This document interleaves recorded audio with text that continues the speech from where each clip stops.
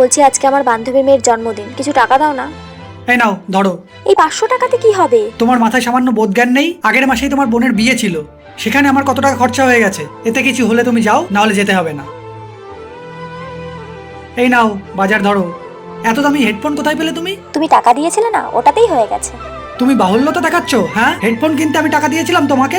শোনো, আমি কোনো বাহুল্যতা দেখাইনি, ঠিক আছে? বাহুল্যতা ছাড়া কি? তোমার যদি বাহুল্যতা দেখাতে হয় বাবার কাছে গিয়ে দেখাবে, বাবার টাকায় দেখাবে। মুখ সামলিয়ে কথা বলবে।